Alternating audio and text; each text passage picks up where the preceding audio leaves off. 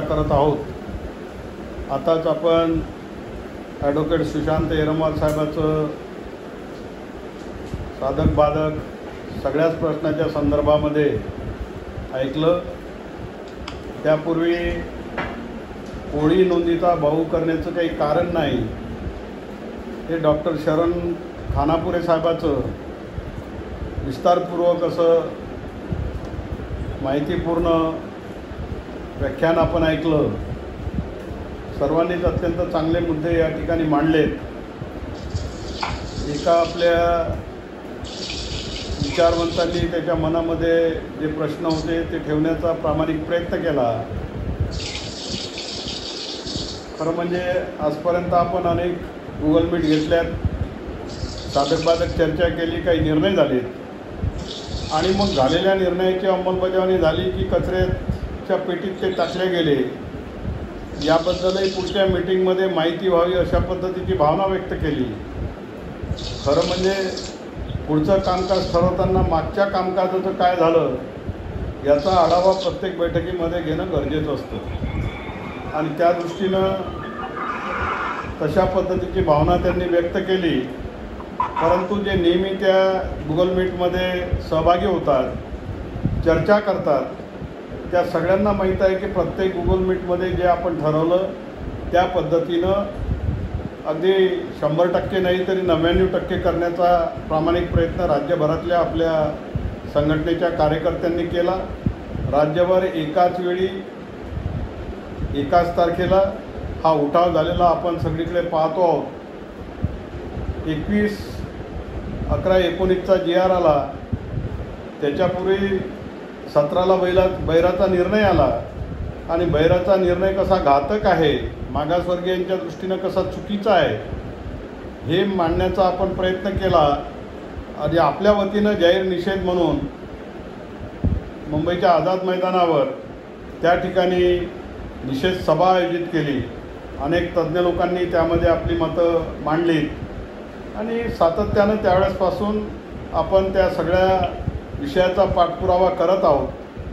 एकीकडे सत्ताधारी आहेत, एकीकडे सत्ता संपत्ती प्रचंड प्रमाणात आपल्या विरोधात वापरण्याचं काम या राज्यामध्ये सुरू आहे आणि दुसरीकडे सर्वहारा जनता आहे ज्यांच्याकडे खरं म्हणजे काही नाही, परंतु आपला अधिकार आपल्याला मिळाला पाहिजे आणि तो मिळावा याकरता संघर्ष करण्याची जिद्द त्यांच्यामध्ये आहे, हे सुद्धा आपण अनुभवलं।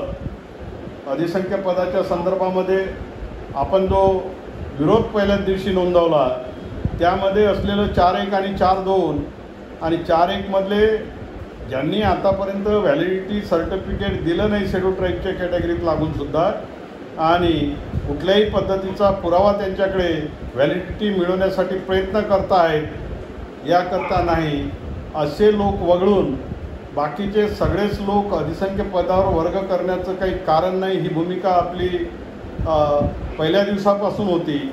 महाराष्ट्राच्या संबंधित सेक्रेटरीसमोर आपण ती मांडली आणि आपण सगळे त्याचे साक्षीदार आहात आणि त्या पद्धतीनं ज्या वेळेला हेकेखोरपणानं किंवा सत्तेच्या दबावामुळे संबंधित विभाग कुठल्याही पद्धतीचं आपलं म्हणणं ऐकून घ्यायच्या मनस्थितीत नाही असं वाटलं, त्यावेळेला मग कोर्टाच्या माध्यमातून त्या सगळ्यावर स्टे घेण्याचा प्रयत्न आपण केला। येरमार साहेब आताच बोलले, त्यामुळे त्या खोलात मी जाणार नाही। मला खात्री आहे की जे काही 100-200 लोकांना स्टे मिळालेत या पुढच्या काळामध्ये जवळपास सगळ्याच्या सगळ्या लोकांना तो स्टे मिळेल, नोकरीमध्ये ते कायम राहतील। परंतु संघर्षाशिवाय आपल्या वाट्याला दुसरं काही नाही हे आपण समजून घेतलं पाहिजे आणि जे काही मागणी आपली त्या दृष्टीनं होती की अ ब क ड ई त्यामधले हे कसे चुकीचे आहेत वगैरे, त्या पद्धतीनंच किंवा आपल्याला अपेक्षित असलेला न्याय कोर्टाच्या माध्यमातून आपल्याला मिळेल। लक्षात घ्या, आपली भूमिका आपण शासनाच्या पुढे मांडण्यामध्ये कुठेही कसर ठेवली नाही, लोकप्रतिनिधींच्या समोर मांडण्यामध्ये कुठल्याही पद्धतीची कुचराई केली नाही। एकाच वेळी एकाच तारखेला संपूर्ण राज्यभर ढोल वाजून लोकप्रतिनिधींची कुंभकर्णी झोप उघडण्याचा प्रयत्न आपण प्रामाणिकपणाने सगळ्यांनी केला। त्या ठिकाणी आपण CMला निवेदनं जी आहेत ती त्या जिल्ह्याच्या कलेक्टरमार्फत सुद्धा पाठवली प्रयत्नामध्ये कुठल्याही पद्धतीची उणीव आपल्या नव्हती. जी आरच्या होळीपासून तर त्या ठिकाणी ढोल बजाव आंदोलनापर्यंत आणि या ठिकाणच्या मुख्यमंत्र्यापर्यंत सर्वांना व्यक्तिशः भेटून आपल्यावर होणारा अन्याय आपण त्या ठिकाणी मांडला. आणि मला असं वाटतं की प्रत्येक गुगल मीटमध्ये या सगळ्या गोष्टीची चर्चा झाली. त्यामुळे मागच्या गुगल मीटमध्ये जे ठरवलं ते पुढच्या गुगल मीटमध्ये काय झालं यास मला असं वाटते की 99% निश्चितपणानं त्या पद्धतीनं काम झालं. एक विश्वासाचं वातावरण आदिवासी संघर्ष समितीनं पूर्ण राज्यामध्ये उभं केलं. आपण जे बोललो त्या पद्धतीनं वागलो, ज्या पद्धतीनं आपण बोललो त्या पद्धतीनं आपण कृती केली, आपण जे मांडलं त्या पद्धतीनं आपल्याला आज कोर्टाच्या माध्यमातूनही न्याय मिळत आहे. आणि म्हणून एक विश्वासाचं वातावरण सर्वसामान्य माणसामध्ये संघर्ष समितीच्या माध्यमातून या ठिकाणी पाहायला मिळते आहे. तेव्हा कुठल्याही पद्धतीचा किंतु परंतु मनामध्ये ठेवण्याचं काही कारण नाही. आज आपण असं पाहतो की जे काही आपण या ठिकाणी जे काही मुद्दे मांडले, खरं म्हणजे एक चर्चेचा मुद्दा असा होता आणि गुगल मीटमध्ये आजच्या एक विषय होता की अमेंडमेंट ॲक्ट जो आहे SC/ST amendment act, SC schedule caste schedule tribe act जो आहे पार्लमेंटने पारित केलेला 1950 सालचा घटना आपण स्वीकारली. त्यानंतर त्यावेळेचा जो ॲक्ट या ठिकाणी आहे तो प्रमाण मानला जातो, मूलभूत मानला जातो, बेसिक मानला जातो. त्यानंतर 56मध्ये त्यामध्ये अमेंडमेंट झाली. त्यामध्ये काय ॲड करावं, काय डिलीट करावं, कशा पद्धतीनं ॲक्ट असावा. 56मध्ये पार्लमेंटनं त्याच्यामध्ये schedule caste schedule tribes act 1956 या दृष्टीनं त्यामध्ये सुधारणा किंवा क्षेत्रबंधन आणण्यासाठी करण्याची भूमिका घेतली. त्यानंतर आपण असं पाहतो की 2000चं बिल या ठिकाणी महाराष्ट्राच्या विधानसभेमध्ये आलं, त्याचं कायद्यात रूपांतर झालं. त्या खोलात मी जाणार नाही, त्याला काय विरोध केला, कशा पद्धतीनं त्याची अळवणूक व्हावी, त्यामधल्या चुकीचं जे मांडलं गेलं ते दुरुस्त व्हावं याकरता आपण राज्यपालापासून राष्ट्रपतीपर्यंत आणि विधानसभेपासून सगळ्या स्तरावर त्याला विरोध केला. दुर्दैव आपलं असं की या राज्यातला कोणीही लोकप्रतिनिधी आपल्या बाजूनं उभा राहिला नाही. आणि का राहिला नाही, कसं राहिला नाही त्या खोलात मी आज जाणार नाही. परंतु आज त्याचे दुष्परिणाम मात्र या ठिकाणच्या सर्वांना भोगावे लागत आहे. त्यामध्ये तो जो कायदा आहे तो कायदा काही फक्त शेड्यूल ट्राईबमध्ये नाही, शेड्यूल ट्राईबसाठी नाही, तो कायदा या ठिकाणच्या शेड्यूल कास्टसाठी आहे, या ठिकाणच्या OBCसाठी आहे, या ठिकाणच्या VJNTसाठी आहे, या ठिकाणच्या SBCसाठी आहे. हे सगळं जर आहे तर जे चटके ज्या पद्धतीनं त्याचा वापर करून अन्याय शेड्यूल ट्राईबवर केला जातो त्या पद्धतीचा वापर काही शेड्यूल कास्टच्या तपासण्या समित्या करत नाहीत किंवा त्या प्रकारचा वापर काही OBCच्या तपासण्या समित्या करत नाहीत. म्हणून माझं त्यावेळेलाच सभागृहात म्हणणं होतं की हा वापर जर आपण कायदा करता चुकीचा त्या पद्धतीनं महाराष्ट्रामध्ये जर उद्या शेड्यूल कास्टच्या बाबतीत झाला, या ठिकाणच्या OBCच्या बाबतीत झाला, VJNTच्या बाबतीत झाला, SBCच्या बाबतीत झाला तर या ठिकाणच्या लोकप्रतिनिधींना या राज्यातली जनता चौकात जोडे मारल्याशिवाय राहणार नाही. अशा पद्धतीचं वक्तव्य त्यावेळेचं सभागृहातलं माझं होतं, जे मग कामकाजातून काढून टाकण्यात आलं. परंतु आज त्याची बंधनं प्रचिती येते आहे. 2 खासदार BJPचे शेड्यूल कास्टचे या ठिकाणी त्यांचं कास्ट सर्टिफिकेट इन्व्हॅलिड झालं आणि म्हणून त्यांना त्यांची खासदारकी सोडावी लागते की काय इथपर्यंत स्थिती आली. आज त्याचं गांभीर्य या ठिकाणच्या सगळ्याच घटकाला पटायला लागलेलं आहे. काल जे आम्ही बोलत होतो ते महादेव कोळ्यांसाठी आहे, बोगस आदिवासीसाठी आहे, या ठिकाणच्या हलबासाठी आहे, मानासाठी आहे, गोवाऱ्यांसाठी आहे, जे मुळात आदिवासी नाही बोगस आहेत. ते बोगस लोक त्यांची बाजू मांडण्यासाठी अशा पद्धतीनं वक्तव्य करतात. असं म्हणणारी माणसं आणि दुरून बघ्याची भूमिका घेणारी माणसं आज ज्यावेळेस स्वतः होरपळल्या जात आहेत, मग ती शेड्यूल कास्टची असतील, उद्या OBCची असतील, परवा VJNTची असतील किंवा या ठिकाणच्या SBCची असतील, त्यांना आता त्या कायद्यामधलं भयानकता जी आहे, मानवीयता जी आहे ती आज हळूहळू का होईना पटायला लागलेली आहे. आणि म्हणूनच आपण पाहतो आहोत की हा कायदा रद्द झाला पाहिजे. म्हणून आत्ताच काही दिवसापूर्वी राष्ट्रपतीकडे निवेदनं गेली. या ठिकाणी राष्ट्रपतीनं त्यामध्ये हस्तक्षेप करावा आणि कायदा रद्द करावा. परंतु चांगला प्रयत्न आहे. पण बंधूंनी एक गोष्ट आपण लक्षात घेतली पाहिजे की कुठलाही कायदा अशा पद्धतीनं निवेदन विनंती अर्ज करून काही रद्द होत नसतो. त्याची एक प्रोसेस आहे. हे सगळे 56चं सांगितलं मी अमेंडमेंट, त्याच्यानंतर या ठिकाणी 2002मध्ये अमेंडमेंट झाली. कदाचित ती आपण सगळे विसरलो असू. गोंड राजगोंडामध्ये कामा टाकण्याची ती अमेंडमेंट होती. कारण 25 वर्षापर्यंत या ठिकाणी जो सुप्रीम कोर्टानं निर्णय दिला होता की या ठिकाणच्या कुठल्याही कोर्टाला, मग ते हायकोर्ट असेल, सुप्रीम कोर्ट असेल, या ठिकाणची कुठली व्यवस्था असेल, घटनेमध्ये ज्या पद्धतीनं त्या जातीचा उल्लेख झालेला आहे त्यामध्ये कॉमा, मात्रा, विलांटी, उकार या कशाचाही बदल करण्याचा अधिकार नाही.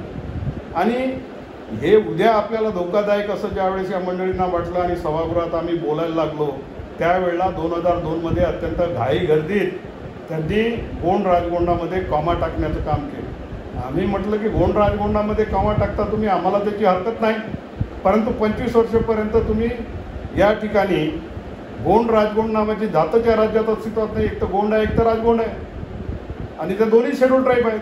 मग गोंड राजगोंड असा सलग शब्द असताना तुम्ही गोंडांना गोंड राजगोंडाचं शेड्यूल ट्राईबचं सर्टिफिकेट कसं देता, व्हॅलिडिटी सर्टिफिकेट कसं देता, त्याचं उत्तर महाराष्ट्र शासनाच्या या महान विद्वान आदिवासी विभागातली अधिकाऱ्यांकडे नव्हतं. आणि मग त्यांनी घाईघाईने त्यामध्ये कॉमा टाकण्याची कोशिश केली.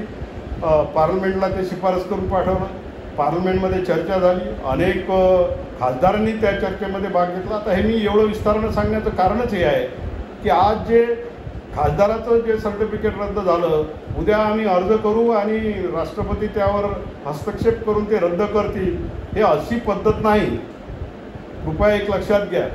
त्यामध्ये ते बिलच्या स्वरूपामध्ये या ठिकाणच्या लोकसभेत आलं पाहिजे, तिथं चर्चा झाली पाहिजे, तिथं बहुमतानं संमत झालं पाहिजे, ते राज्यसभेत आलं पाहिजे, तिथं बहुमतानं संमत झालं पाहिजे, आणि नंतर त्यावर राष्ट्रपतीची सही झाल्यानंतर ते अधिकृत होईल. ते रद्द करायचं की कायम ठेवायचं की त्यामधले काही कॉलम जे आहेत ते घातक आहेत, चुकीचे आहेत, घटनाबाह्य आहेत, नियमबाह्य आहेत, ते डिलीट करायचे. हे करण्याचा सगळा अधिकार या ठिकाणच्या पार्लमेंटला आहे. त्यामुळे असं काही होत नसते की आपण समर्थन द्यायचं आणि तिकडे राष्ट्रपती आहेच, आपल्याबद्दल सहानुभूती ठेवणारे नव्हे, सगळ्या देशाच्या प्रती सहानुभूती ठेवणारं ते पद आहे. त्यामुळे राष्ट्रपती गेल्या तात्काळ ते रद्द करतील आणि रद्द झालेला जो GR आहे तो आपल्या हातात देतील. ही बनवाबनवीची भाषा आहे, हे सुद्धा तुम्ही लक्षात घेतलं पाहिजे. हे करायचं असेल तर मग दुसरा मार्ग त्याचा असा आहे की आपण जो आता कार्यक्रम पुढे घेऊन राहिलो, यापुढे पुढच्या महिन्यामध्ये साधारणतः आपण जो कार्यक्रमाची रूपरेषा आखलेली आहे त्यामध्ये आपण असं ठरवलेलं आहे की आपले जे खासदार असतील आपल्या जिल्ह्यामधले, त्या खासदाराला 25 तारखेला भेटायचं, निवेदनाची प्रत तुमच्याकडे पाठवल्या जाईल, जॉईंटली सगळ्यांनी जायचं, 10-20 तज्ज्ञ लोकांनी जायचं, त्यांना ते समजून सांगायचं की हे जो कायदा आहे कसा नियमबाह्य आहे, घटनाबाह्य आहे, त्यामध्ये कशा पद्धतीनं अन्याय होतो, आणि दुसरीकडे आमची गणना काउंट करून कसे आमदार खासदाराची संख्या महाराष्ट्रात वाढलेली आहे, बजेटमध्ये कसा जास्तीचा निधी हे लोक घेतात, हे कसं चुकीचं आहे, आणि हे जर थांबवायचं असेल तर तुम्हाला यामध्ये सुधारणा करावी लागेल. आणि सुधारणा करत असताना त्यामध्ये जी काही घातक कलमं आहेत ती कलमं रद्द करावी लागतील. आम्हाला आमचा घटनादत्त अधिकार द्यावा लागेल. या दृष्टीनं तुम्ही तिथं पार्लमेंटमध्ये बिल मांडा, कायद्यामध्ये दुरुस्ती करा. हे कुठल्याही एका दुसऱ्या खासदाराचं काम नाही, जॉईंटली हे त्यांनी केलं पाहिजे. आणि सत्ताधारी पक्षाचे जे कोणी प्रमुख आहेत, मग अध्यक्ष असतील किंवा पंतप्रधान असतील, सभागृहाचे प्रमुख, त्या सगळ्यांच्या पुढे जाऊन त्यांना ही भूमिका पटवून देऊन त्या पद्धतीनं बिल आणून त्यावर चर्चा करून तसा ठराव संमत केला पाहिजे. 2002चं बिल सांगण्याचं कारणच हे आहे की 2002मध्ये जो कॉमा डिलीट झाला, गोंड राजगोंडामध्ये जो कॉमा टाकल्या गेला तो सुद्धा त्याच पद्धतीनं टाकल्या गेला. आणि 25 वर्ष सलग दोन्ही एक जात दाखवण्याचा प्रयत्न, एक जात दाखवून जी व्हॅलिडिटी आणि घटनेचे आपले आरक्षणाचे फायदे घेत होते त्यांना पहिल्यांदा 25 वर्षानंतर खऱ्या अर्थानं घटनेच्या माध्यमातून या ठिकाणी पार्लमेंटच्या माध्यमातून ती दुरुस्ती करून न्याय देण्याचा प्रयत्न या ठिकाणी झाला. तीच प्रोसिजर आहे. दुसरी कुठलीही लोकशाहीमध्ये या ठिकाणी संसदीय प्रणालीमध्ये कुठलीही पद्धती नाही. एकदा कायदा केला, कायद्यावर तुम्ही त्या ठिकाणी चर्चा झाली, काय डॉक्टर भांडेंनी विरोध केला, त्याच्यानंतर काय त्याच्यामध्ये स्थित्यंतरं होत गेली, राज्यपालांनी मी जे म्हटलं ते मांडून सगळं राष्ट्रपतीकडे पाठवलं, तिथंसुद्धा काही चर्चा झाल्या आणि त्या ठिकाणी मग शेवटी काही दिवसानंतर 1 वर्षाच्या 1.25 वर्षाच्या कालावधीनंतर राष्ट्रपतींनी सही करून तो कायदा संमत केला. आता एकदा कायदा झाला म्हटलं की आता कायदा झाल्यानंतर परत आणखी अर्ज करून तो थांबवता येत नाही किंवा रद्द करता येत नाही. तर त्याच्यासाठी परत ही प्रोसिजर सगळी आहे. सगळ्या खासदारांना विश्वासात घेऊन, सगळ्या खासदारांना सोबत घेऊन जेवढे जास्तीत जास्त असेल, विशेषतः सत्ताधारी पक्षाने हे जर करण्याची भूमिका घेतली, कारण मेजॉरिटी त्यांची सभागृहात असते, तर हे काही व्हायला वेळ लागणार. उगीचच आपलं राज्यपालाला निवेदन दिलं, राष्ट्रपतीला निवेदन दिलं. अरे प्रमुख कोण आहे? राज्याचे प्रमुख CM आहे, या ठिकाणी देशाचे प्रमुख पंतप्रधान आहेत आणि ते नियमाप्रमाणे काम करतात की नाही ते बघण्याचं काम या ठिकाणच्या घटनात्मक पोच जी आहे प्रमुखाची ती राज्यपालाची आहे, राष्ट्रपतीची आहे, बरोबर आहे. परंतु ॲडमिनिस्ट्रेटिव्ह जे काम आहे, लोकांच्या कल्याणकारी योजना बनवायच्या, त्याकरता कायदे करायचे, योग्य असतील ते कायम ठेवायचे, चुकीचे असतील ते सगळे परत प्रोसिजर वापरून त्यामधले काही कलम रद्द करायचे, ही सगळी कामं जी आहेत ही या ठिकाणच्या मुख्यमंत्र्याची राज्यस्तरावर आणि देश पातळीवरचं असेल तर त्या ठिकाणी पंतप्रधानाच्या स्तरावर आणि ज्या पक्षाची मेजॉरिटी आहे त्यांचं सहमत घेऊन आपण करू शकतो. तेव्हा त्या दृष्टीनं आपण येणाऱ्या 25 तारखेला कुठेही भरकटत जाण्यापेक्षा आपापल्या जिल्ह्यातल्या खासदारांकडे जायचं. जसं ज्या पद्धतीनं तुम्ही काल आमदाराकडे गेले त्या पद्धतीनं खासदाराकडे जायचं, त्यांना सांगायचं आम्ही तुमचे मतदार आहोत, आम्ही तुमच्या मतदारसंघातले आहोत, आम्हाला घटनेनं ह्या सवलती दिलेल्या आहेत, आम्ही अनुसूचित जमातीमध्ये आहोत, त्या अनुसूचित जमातीच्या सवलती आम्हाला मिळत नाही आणि मिळाल्या तर वेगवेगळ्या युक्त्या प्रयुक्त्या वापरून ही काही ठराविक मंडळी या राज्यामधली ज्यांनी 50 पासून 76पर्यंत ही सत्ता भोगली, या सवलती भोगल्या, ते आमच्यावर अन्याय करतात, अत्याचार करतात आणि दुर्दैवाचा बाब अशी की या देशातले या राज्यातले राज्यकर्ते, या राज्यातले प्रमुख, मग ते कुठल्याही पक्षाचे असो, काल काँग्रेसचे असतील, परवा आणखी राष्ट्रवादीचे असतील, आज सेनेचे असतील, ते आमच्यावर अन्याय करतायत. हा अन्याय थांबवण्याकरता तुम्ही संसदेमध्ये बिल आणून त्या दृष्टीनं कायदा करा आणि आमचा हा अन्याय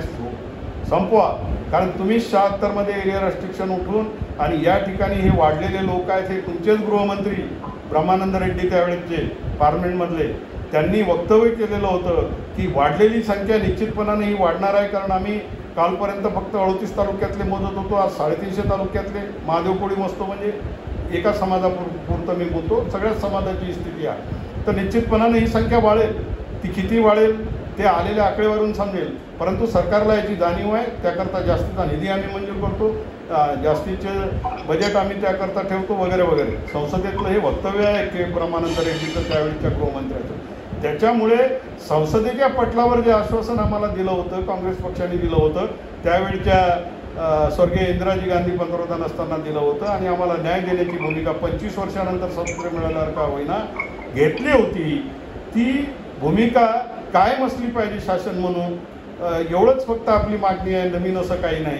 तर ती विनंती आपल्या जिल्ह्यातल्या खासदारांना करा, त्यांच्यापर्यंत पोहोचा, त्यांना हा सगळा विषय समजून सांगा आणि एक दिवस आपण जी आंदोलनं आजपर्यंत केलेली आहेत राज्यात ती एकाच दिवशी एकाच वेळेस केलेली आहे. त्याचा इम्पॅक्ट फार वेगळा असतो आणि तो इफेक्ट चांगल्या पद्धतीनं यावा असं जर वाटत असेल तर अत्यंत ताकदीनं हे आपण सगळ्यांनी केलं पाहिजे. ते निवेदनं तुम्ही दिले पाहिजे. उद्या डॉक्टर भांडेचं कास्ट सर्टिफिकेट इनव्हॅलिड होतो काय, किंवा नवनीतजी राणाचं सर्टिफिकेट इनव्हॅलिड होतो काय, किंवा या ठिकाणी मग प्राध्यापक शरद खानापुरेचं रद्द होतो काय. व्यक्ती म्हणून हे ठीक आहे, परंतु याला यापेक्षा जास्त महत्त्व देण्याचं काही कारण नाही असं मला स्वतःला वाटतंय. शेवटी समाज समूह हा मोठा आहे आणि समाज समूहाला न्याय मिळाला पाहिजे ही भूमिका आपण सातत्यानं घेत आलेलो आहोत, यापुढेही घेत राहू आणि त्याकरता जे जे करणं शक्य असेल ते करण्याची भूमिका घेऊ. उद्याच्या कार्यक्रमामध्ये, उद्याच्या आदिवासी संघर्ष समितीच्या फ्युचर प्लॅनमध्ये 25 तारखेला लगतच्या हे आपण सगळ्या खासदारांना द्यायचं आहे. कारण आता अधिवेशन सुरू असल्यामुळे शनिवार रविवार 2 दिवस, शनिवारी लेट नाईटपर्यंत त्या मतदारसंघातले खासदार काही विशेष काम तिकडे नसलं तर ते 1 दिवसासाठी मतदारसंघात येऊन जातात. रविवारी त्यांची वेळ घ्या, त्यांच्या PAला भेटा, अगोदरच त्यांची वेळ घ्या आणि 2 मिनिटामध्ये आपलं जे म्हणणं आहे ते लेखी स्वरूपामध्ये त्यांच्याकडे द्या आणि त्याला पब्लिसिटी द्या. ते असं करावं लागेल तुम्हाला. असं म्हणून चालणार नाही की जे आमच्यावर अन्याय करत होते कोणते टेकाम ते ठिकाण जिल्हा परिषद सदस्य आहेत, ते स्वाभिमानी पक्षाचे आहेत आणि त्या पक्षाचे असल्यानंतर सुद्धा पक्षनेत्याच्या विरोधात काहीतरी वक्तव्य करतायत हे अशी पोस्ट काहीतरी टाकली होती कोणी. आता ते ठीक आहे ना, आपण तर बोंबलतच आलो ना आजपर्यंत की हे लोक कशा पद्धतीने आपल्यावर अन्याय करतात, अत्याचार करतात. एका टेकामचं तुम्ही काय घेऊन बसले? जे आपले जवळचे नातेवाईक आहेत ते सुद्धा या पद्धतीनं वागतात आपल्याशी. त्याच्यामुळे खऱ्या खोट्याचा वाद जो काल्पनिक आहे तो या महाराष्ट्रामध्ये किती जीवघेणा आहे हे वेगळं सांगण्याची काही गरज नाही. आणि त्याच्यामुळे आपण तेवढ्याच ताकदीनं या प्रश्नाच्या संदर्भामध्ये पेटून उठलं पाहिजे. हे आपण सगळे कराल ही अपेक्षा आपल्या सर्वांकडून बाळगतो. पुढचं आणखी भविष्यामध्ये जे आपल्याला करायचं आहे, कोरोना काळामध्ये आपलं काम गुगल मीटच्या पलीकडे काही जाऊ शकलं नाही. गुगल मीटच्या माध्यमातून आपण जे करणं शक्य होतं ते निश्चितपणानं करण्याचा प्रयत्न केला. तुम्हाला सगळ्यांना माहीत आहे की डिसेंबरमध्ये आपण 9 तारखेला राज्यव्यापी अधिवेशन या ठिकाणी घेणार होतो, राज्यव्यापी मोर्चा काढणार होतो. त्याची तयारीसुद्धा पूर्ण राज्यामध्ये झाली होती. लोकांची मानसिकतासुद्धा सर्व गटतट सोडून, सर्व संघटना बाजूला ठेवून या आपल्या अस्तित्वाच्या लढाईमध्ये एकत्र संघर्ष करण्याची तयार झाली होती. दुर्दैवानं लॉकडाऊनमुळे आपण ते करू शकलो नाही. आजसुद्धा काही नॉर्मल परिस्थिती आहे असं नाही, परंतु येणाऱ्या नजीकच्या 15 ऑगस्टच्या नंतर आपण हातावर हात देऊन बसणं काही शक्य नाही. जी संधी आहे त्या संधीचं सोनं करण्याचा प्रयत्न प्रत्येक कार्यकर्त्यांनी या ठिकाणी करण्याची गरज आहे. तर 15 नंतर साधारणतः संघटनात्मक बांधीकडे जास्त जोर द्या. 25ला अशा पद्धतीनं निवेदन द्या, त्याला पब्लिसिटी द्या. त्याच्यानंतर संघटनात्मक बांधीकडे नोंद द्या, कास्ट सर्टिफिकेट कशा पद्धतीनं काढले जातील. त्याच्यानंतर आपण विभागवार जे मेळावे आयोजित करणार होतो, सगळं राज्याचं एकत्र शक्य नाही, परंतु विभागामधल्या प्रमुख कार्यकर्त्यांनी सगळं सोशल डिस्टन्सिंग, मास्क वगैरे काय असेल ते सरकारी आदेश ते सगळं प्रामाणिकपणानं पाळून या ठिकाणी आपण विभागीय मेळावे 15 ऑगस्ट नंतर या ठिकाणी सुरू करू. त्यामधला पहिला विभागीय मेळावा पश्चिम महाराष्ट्रात पुणे येथे होईल. डॉक्टर दादासाहेब पुढे आज आहेत का या कार्यक्रमात मला माहीत नाही, मी आपण जॉईन झाल्यामुळे, परंतु संबंधितांपर्यंत हे सगळं पोहोचवा आणि त्या दृष्टीनं तारखेचं फायनल करून पश्चिम महाराष्ट्रापासून सुरू करून तिथल्या कमिशनरकडे 50च्या पूर्वीचा पुरावा कसा चुकीचा आहे वगैरे वगैरे स्वतः मी भेटेल, मी त्या मेळाव्यात हजर राहील. त्याच्यानंतर विभागवार अशा पद्धतीनं मेळावे आपल्याला 1-1.5 महिन्याच्या कालावधीमध्ये संपवायचे आहेत. प्रत्येक महसूल विभागामध्ये एक मेळावा कार्यकर्त्यांचा त्या ठिकाणी झाला पाहिजे. या पद्धतीनं आपल्याला हे सगळं काम करायचं आहे. आणि हे होत असताना आपण ज्यांना पदं दिली, ज्यांना जबाबदाऱ्या दिल्या आहेत, ती माणसं पदं घेऊन जर हाताला हात देऊन बसली असतील त्या त्या जिल्ह्यामध्ये, त्या त्या विभागामध्ये, तर त्यांनासुद्धा एक समज द्या की मिरवायसाठी संघटन नाही, मिरवायसाठी संघटनेतली पदं नाही, तर तुम्ही इतरांपेक्षा जास्त संघटनेचं काम करता, इतरांपेक्षा जास्त बांधिलकी तुमच्या मनामध्ये समाजाप्रती आहे, म्हणून तुमच्यावर विश्वास ठेवून ही सगळी पदं दिलेली आहेत. तेव्हा तुम्ही त्या पदाचं न्याय देण्याची भूमिका निश्चितपणानं घेतली पाहिजे. आणि या सगळ्या कार्यक्रमामध्ये तुमचा वाटा हा सिंहाचा असला पाहिजे. वाटा म्हणजे काही पैशाचा वाटा म्हणत नाही, सगळ्याच अर्थानं ही चळवळ कशी यशस्वी होईल, कशी नावारूपाला येईल, कशा पद्धतीनं एक ताकदवर संघटना महाराष्ट्रामध्ये उभी राहील, या दृष्टीनं आपण सुद्धा ताकदीनं प्रयत्न केले पाहिजेत. केवळ कुरघोड्यांचं राजकारण, हा असला तर तो नको, तो असला तर हा नको, याच्यापेक्षा मी बरा, माझ्यापेक्षा हा बरा, आणि नुसतं पारदर्शकता कुठल्याही पद्धतीची न ठेवता बनवाबनवी करून आपल्या गरीब समाजाला लुटण्याची भूमिका कोणताही कार्यकर्ता आदिवासी संघर्ष समितीमध्ये घेत नाही. आणि घेत असेल तर त्याला संघर्ष समितीमध्ये स्थान नाही. ही गोष्ट आवर्जून मी तुम्हाला या ठिकाणी सांगतो. आणि दुसरी महत्त्वाची बाब अशी कृपा करून, तुम्हाला जर आदिवासी संघर्ष समिती ताकदवर संघटना करायची असेल तर ही डॉक्टर भांडेची एकट्याची संघटना नाही, हे तुम्ही लक्षात घ्या. डॉक्टर भांडेची अनेक संघटना आहेत या ठिकाणी. कोळी नावाने तर 100पेक्षा जास्त रजिस्टर्ड संघटना या राज्यात आहे. या सगळ्यांना असं वाटू नये की बाबा माझं काय त्या संघटनेत, आणि म्हणून सगळ्यांनी आपण एकत्र येऊन, सगळ्या अन्यायग्रस्तांनी एकत्र येऊन एक आदिवासी संघर्ष समिती या नावाचं बॅनर समोर केलं आहे आणि त्या बॅनर खाली आपण सगळे काम करतात.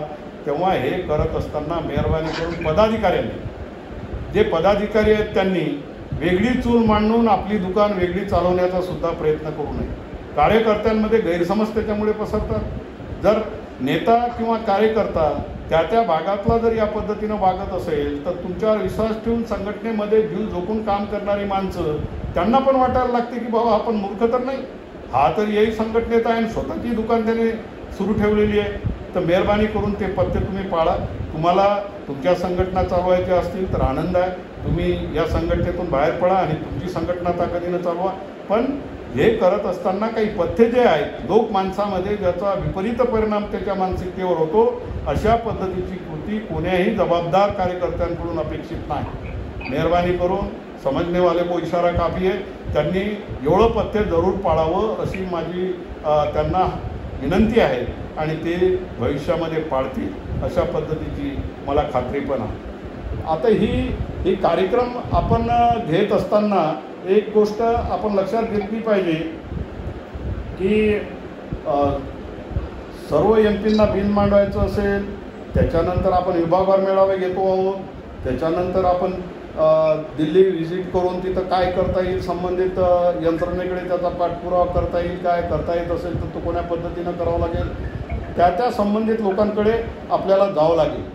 एक बाब आपण लक्षात घेतली पाहिजे, मी 2002चा उल्लेख केला, त्यावेळेला महाराष्ट्रात त्यावेळेला देशातले 36 खासदार त्या बिलाच्या संदर्भामध्ये बोलले. ते काही असं आपोआप घडत नाही हो, कोणीतरी एकाने निवेदन दिलं ते आपोआप घडलं.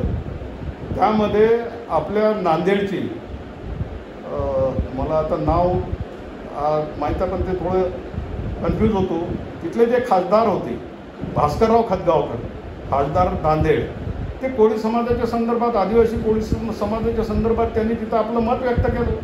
त्यांचे आपल्यावर उपकारच आहेत, त्यांचे आभारच आपण मानले पाहिजे. या ठिकाणी महाराष्ट्रामधून 6 खासदार बोललेत, त्यामध्ये भास्करराव खतगावकरांनी स्पेसिफिकली आदिवासी कोळी समाजाच्या संदर्भामध्ये तिथं भूमिका मांडली. ती भूमिका मांडल्यानंतर त्या पद्धतीनं तिथं घडलं काय, घडलं असेल तर आनंद आहे, नसेल घडलं तर त्याच्यामध्ये अनेक कारणं आहेत. तो काही दोष भास्करराव खतगावकरांकडे येत नाही. तेव्हा ह्या गोष्टीसुद्धा आपण लक्षात घेतल्या पाहिजे. इतरही 5 खासदार आहेत, त्यांनीसुद्धा आपल्यापैकी अन्यायग्रस्तांची प्रत्येक जमातीची नावं घेऊन त्या ठिकाणी भूमिका मांडली. या सगळ्या लोकांनी ही जी या ठिकाणी भूमिका मांडण्याचा प्रयत्न केला, आपणसुद्धा त्यांना प्रतिसाद काही पाहिजे त्या प्रमाणात दिला नाही. कसं आहे की हे सगळं आपल्याला घडून आणावं लागेल. तुमचा खासदार जर तुमचे प्रश्न तिथं मांडत नाही, तुमचा आमदार जर तुमचे प्रश्न तिथं मांडत नाही, तुम्ही निवडून दिलेली माणसं त्या ठिकाणी चुकीच्या पद्धतीनं अहवाल देतात, बरोबर आहे, त्यांच्यावर विश्वास ठेवला की ही माणसं आमची आता उद्या आम्हाला न्याय देतील, ती माणसं तुमच्यावर अन्याय करणाऱ्या अहवालावर सह्या करतात आणि वर म्हणतात की आम्हाला तर माहीतच नाही, आम्हाला माहीतच नाही, आम्ही तर वेगळा अहवाल दिला होता. अरे पण तो वेगळ्या अहवालाला अर्थ काय, एक जोडलेले आहेत 4 पानं त्याच्यासोबत. तेव्हा ह्या गमती का घडत आहेत, या गमती घडण्याचं कारणसुद्धा आपणच आहोत. आपण प्रचंड सुस्तावलेले आहोत, आपण प्रचंड अनभिज्ञ आहोत, आपण प्रचंड आळसी आहोत, आपण प्रचंड आपल्या प्रश्नाच्या संदर्भामध्ये आपण स्वतःच आपली अवहेलना करतो आणि त्याचे दुष्परिणामसुद्धा मग नॅचरली काही दुसरा भोगणार नाही, ते आपल्यालाच भोगावं लागते. आणि म्हणून ज्यांना हे कळते, ज्यांना हे भावते, त्यांनी या पुढच्या काळामध्ये सजग राहून प्रत्येक गोष्टीचा पाठपुरावा हा केला पाहिजे. प्रत्येक गोष्टीमध्ये सजगता दाखवून आपल्या हिताचं जे असलं त्याच्यासाठी प्राणपणाने ताकदीनं त्यामध्ये सहभाग नोंदवला पाहिजे. आज संघटना बांधणीच्या संदर्भातलं असेल किंवा या ठिकाणच्या भविष्यातल्या कार्यक्रमाच्या संदर्भामध्ये असेल चर्चा झाली. अमेंडमेंट ॲक्ट जे येतात शेड्यूल कास्ट शेड्यूल ट्राईबच्या संदर्भात किंवा इतरही ते कशा पद्धतीने येतात याबद्दलची चर्चासुद्धा तुमच्यासमोर मी थोडक्यात मांडली. आणि जो कृती आढावा आहे तो कृती आढाव्याचे तर तुम्ही सगळेच साक्षीदार आहात. असं घडलं नाही की एखाद्या गुगल मीटमध्ये आलो, तुम्हाला जे वाटलं ते तुम्ही बोलले, मला जे वाटलं ते मी बोललो, इथून उठलो आणि सगळं खड्ड्यात गेलं, दुसऱ्या गुगल मीटला बसलो, त्यावेळेस मागे काय झालं माहीत नाही. असं एकाही गुगल मीटच्या बाबतीत आपल्या संघटनेमध्ये तरी झालेलं नाही, त्याचे तुम्ही सगळे साक्षीदार आहात. आणि मला असं वाटतं की आज जे कार्यक्रम ठरलेले आहेत ते कार्यक्रमसुद्धा तेवढ्याच ताकदीनं राबवल्या जातील याची मला खात्री आहे. जे प्रमुख म्हणून मला राबवायचे आहेत ते मी निश्चितपणानं पार पाडेन. जे संघटनात्मक बांधणी करण्याचं काम आहे या ठिकाणच्या सगळ्या आपल्या नवनियुक्त पदाधिकाऱ्यांचं ते प्रामाणिकपणानं पार पाडतील याच्याबद्दल माझ्या मनामध्ये शंका नाही. कुठल्याही पद्धतीचा किंतु परंतु मनामध्ये न बाळगता, कुठल्याही पद्धतीची संशयास्पद मनस्थिती न ठेवता कारण नसताना आपण निखळ एका चांगल्या ध्येयासाठी एकत्र आलेलो आहोत. आपलं भविष्य घडवण्यासाठी आपण एकत्र आलेलो आहोत. आपल्यावर जो या लोकशाही प्रणाली स्वीकारल्यानंतर सुद्धा जे अन्याय अत्याचार होत आहेत, जे घटनेनं दिलं ते सुद्धा आपल्यापर्यंत पोहोचू द्यायचं आणि अशा पद्धतीचा चंग ज्या लोकांनी बांधलेला आहे त्याला रस्त्यावर आणण्याचं काम आपण अत्यंत प्रामाणिकपणानं करतो आहोत. मग ती रस्त्यावरचा संघर्ष असो, तो न्यायालयीन संघर्ष असो. या ठिकाणी मी एरमार साहेबाचं ऐकलं की त्यांनी सांगितलं PILच्या संदर्भात. आम्ही ती PIL केव्हा दाखल केली. दुर्दैव आपलं असं आहे की या ठिकाणी आपण PIL दाखल केली आणि लॉकडाऊनचा विळखा एवढा जबरदस्त झाला की 2 वर्षामध्ये कुठलंही कामकाज त्यामध्ये झालेलं नाही. या ठिकाणी जे PIL दाखल केली त्यामध्ये प्रमुख मागणीच आपली ही आहे की कोळी ही जेनेरिक टर्म आहे आणि महादेव कोळी, मल्हार कोळी, टोकरे कोळी, ढोर कोळी, डोंगर कोळी ह्या तिच्या पोटजाती मी म्हणणार नाही, परंतु त्याच्या उपजाती म्हणा पाहिजे. तर ह्या अशा पद्धतीनं तुम्ही संबोधलं पाहिजे. कारण या देशातल्या नव्हे या जगातल्या सगळ्या अँथ्रोपॉलॉजिस्टनं, सगळ्या मानवशास्त्रज्ञांनी, सगळ्या समाजशास्त्रज्ञांनी, सगळे सेन्ससचे अहवाल जे ब्रिटिशकालीन आहेत, जे 1950च्या पूर्वीचे आहेत, त्यामध्ये एकाही संशोधकानं अशा पद्धतीनं वक्तव्य केलेलं नाही की महादेव कोळी वेगळा आहे, कोळी वेगळा आहे. परंतु त्यामध्ये जे कोस्टल एरियामधले जे काही लोक आहेत, ज्यांचा व्यवसाय वेगळा आहे, जे SBCमध्ये नंतर कन्वर्ट झाले, ज्यांना OBCमध्ये 50च्या पूर्वी टाकण्यात आलं होतं, त्यांच्यामुळे सगळ्या महाराष्ट्रातल्या ट्रायबलवर तुम्ही अन्याय करू नका. जे या ठिकाणी वेगवेगळ्या ठिकाणी वेगवेगळ्या विभागामध्ये जे कोळी आहेत ते आदिवासीचे आहेत, ते मल्हार असतील, महादेव असतील, टोकरे असतील, ढोळ असतील, डोंगर असेल, त्याचे शेकडो पुरावे अक्षरशः या ठिकाणी उपलब्ध आहेत. ते खानापुरे सरांनी आता त्याची चर्चा केलेली आहे. त्यामुळे आपण हा संघर्ष करतो. आपण जर खोटे असतो, आपण जर चुकीचे असतो, आपण जर फायद्यासाठी संघर्ष करतो याकरता निघालेलो असतो तर माझ्यासारखं तर 2 दिवसात तुमच्या चळवळीतून तुमच्या या मागणीतून बाजूला झाला असतं, दुसरं काही केलं असतं. कशाला? जे चुकीचं आहे, जे वास्तव नाही, जे सत्यतेला धरून नाही, त्याच्यासाठी संघर्ष करायचा आणि आपलं मोलाचं आयुष्यातला वेळ त्याच्यासाठी खर्च घालायचा, ही मानसिकता माझी तरी नाही. 100% आपण महादेव कोळी आहो, मल्हार कोळी आहो, टोकरे कोळी आहो, ढोर कोळी आहो, डोंगर कोळी आहो, ही वस्तुस्थिती आहे. म्हणून आपण हा संघर्ष करतो. एक तुम्ही लक्षात घ्या, ह्या सवलती मिळत आहेत, हा फायदा होतो आहे, म्हणून आपण या पद्धतीचा संघर्ष करतो आहोत. हे तर रिझल्ट झाले, परंतु खऱ्या अर्थानं घटनेनं आम्हाला दिलेलं असतानाही आम्हाला मिळत नाही आणि हा आमचा अपमान आहे, हा या समूहाचा अपमान आहे. ही मानसिकता आमची असल्यामुळे आम्ही त्याच्या विरोधात लढतो आहोत. पाहिजे त्याच्यासाठी सगळ्या मानवशास्त्रज्ञांचे, सगळ्या समाजशास्त्रज्ञांचे, सगळ्या जनगणनेचे अहवाल, सगळ्या ऐतिहासिक नोंदी, या ठिकाणचे सगळे न्यायालयीन निवाडे ओरडून सांगतात की या ठिकाणच्या कोस्टल रिजन सोडला तर उर्वरित महाराष्ट्रातले सगळे कोळी हे या ठिकाणचे ट्रायबल कोळी आहेत. आणि मग कोस्टल रिजनमध्ये असणारे कोळी काय ट्रायबल नाहीत का? अनेक आहेत, नावानिशी मला माहीत आहे, प्रमाणित केलेले आहेत आपल्या विद्वान तपासणी समितीनं की हे या ट्रायबल कोळी आहेत. तेव्हा या इथं असणारे हे ट्रायबल आहेत आणि तिथं असणारे ते OBC आहेत, असं सुद्धा बायफर्गेशन तुम्ही करू शकत नाही. परंतु एक सरसकट जर कुठल्याही चुकीचा कन्सेप्ट डोळ्यासमोर ठेवून अशा पद्धतीनं जर अन्याय करत असाल तर ह्या सगळ्या गोष्टी त्या अनुषंगानं आपल्याला मांडाव्या लागतात. तेव्हा बंधूंनो, आज या ठिकाणी गुगल मीटमध्ये बरेच दिवसानंतर काही चर्चा झाल्यात. एक राष्ट्रपतीकडे या संदर्भामध्ये निवेदन देण्याचं काम, परंतु दुरुस्ती झाली पाहिजे. या कायद्यामधले सरसकट कायदा रद्द ती महाराष्ट्राची विधानसभा करेल. ज्यांनी हा कायदा केला ती विधानसभा करेल.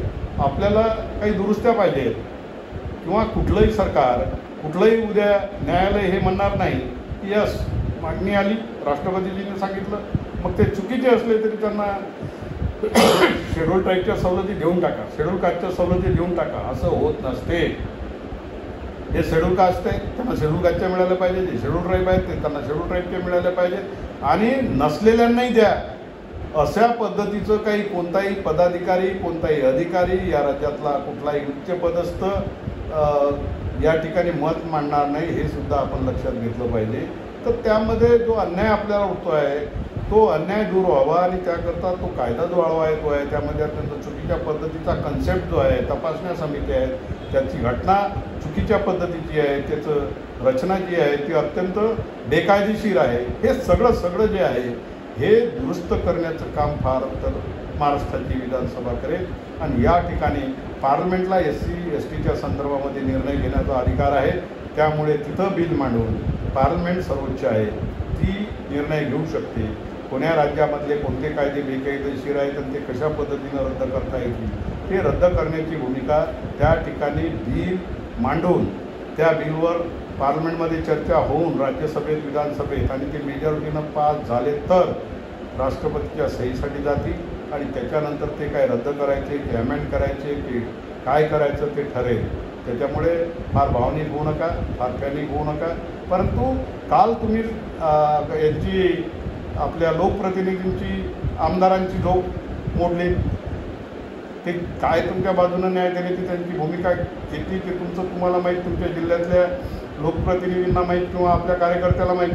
परंतु निदान आपला प्रश्न बऱ्यापैकी त्यांच्या कानापर्यंत पोहोचला की या प्रश्नाच्या संदर्भात माझ्या मतदारसंघातल्या महादेव कोळ्यांचे, हलबाचे, मान्यवरचे, ठाकूरचे, मानाचे, गोवाऱ्यांचे ही जी त्यांची बाजू न्यायाची असूनसुद्धा त्यांच्यावर अन्याय होतो आणि त्यामुळे त्यांचा प्रचंड नाराजी त्यांच्यामध्ये आहे त्या समूहामध्ये आणि उद्या त्याचा फटका मला मतदानामध्ये बसेल.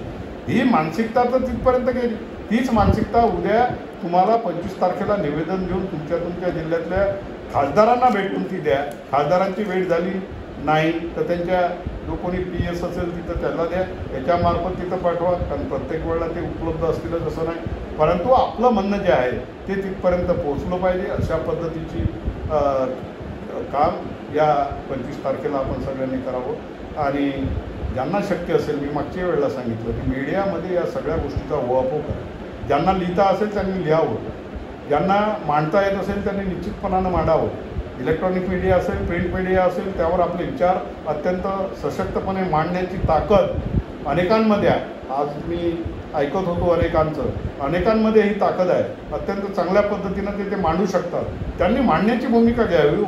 तुम्ही मला सांगाल, मी तुम्हाला सांगेल काय निघेल आहे तिथे, काय निघणार आहे, उपलब्धी काय ते 0, उपलब्धी काय ते 0. तेव्हा जनमानसामध्ये ही आपली पोटदुखी जगजाहीर झाली पाहिजे आणि ती जगजाहीर करायची असेल तर या ठिकाणी प्रिंट मीडिया, इलेक्ट्रॉनिक मीडियाशिवाय तिसरा पर्याय नाही. लोकप्रतिनिधीच्या मार्फत त्या ठिकाणच्या विधिमंडळांमध्ये, त्या ठिकाणच्या लोकसभे, राज्यसभेमध्ये याची चर्चा झाली पाहिजे. तिथेही जर चर्चा करायची असेल तर तिथं दुसरा तिसरा शॉर्टकट नाही. तिथं डॉक्टर भांडेचं भाषण चालणार नाही संसदेच्या पुढे, एक लक्षात घ्या.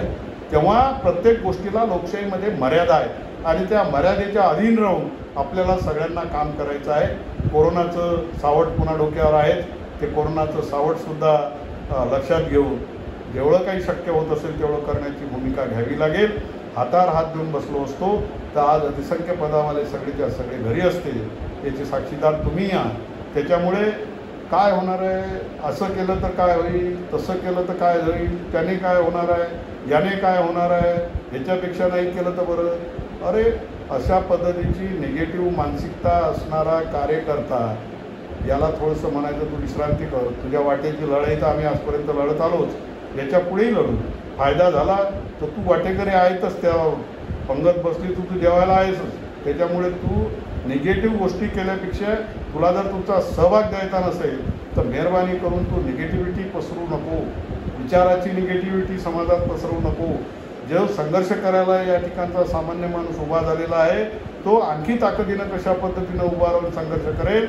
याकरता तुला काय करता येत असेल तर कर, नाही तर गप्प बस, एवढी त्याला विनंती करा. बंधूंनो, येणाऱ्या काळामध्ये यश हे आपलंच आहे, तुम्ही लक्षात घ्या.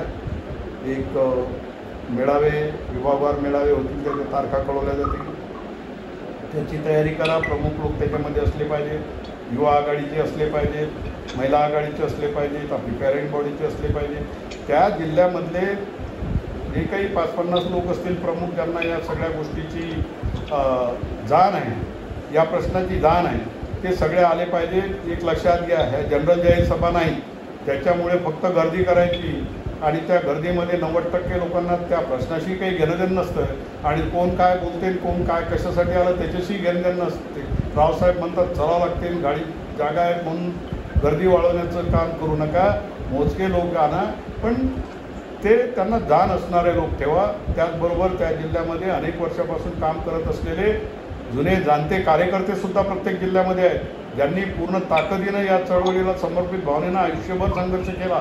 यश किती आलं ते माझ्या दृष्टीनं महत्त्वाचं नाही, यश येईल न येईल, परंतु संघर्षाची भूमिका त्यांनी सोडली नाही. हे सगळे कार्यकर्ते त्या ठिकाणी 2 असतील 4 असतील त्या जिल्ह्यामधले, ते कोण्या पक्षाचे आहेत आणि कोण्या गटाचे आहेत ते थोडंसं बाजूला ठेवा.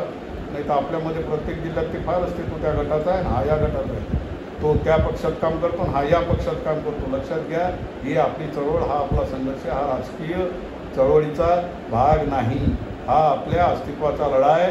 आणि म्हणूनच आपण सगळ्यांचा सहभाग घेऊन त्या सगळ्यांना एकत्रपणे या ठिकाणी या लढ्यामध्ये त्यांना त्यांचा सन्मान करून आपण त्यांचे आशीर्वाद घेतले पाहिजे, त्यांचं सहकार्य घेतलं पाहिजे.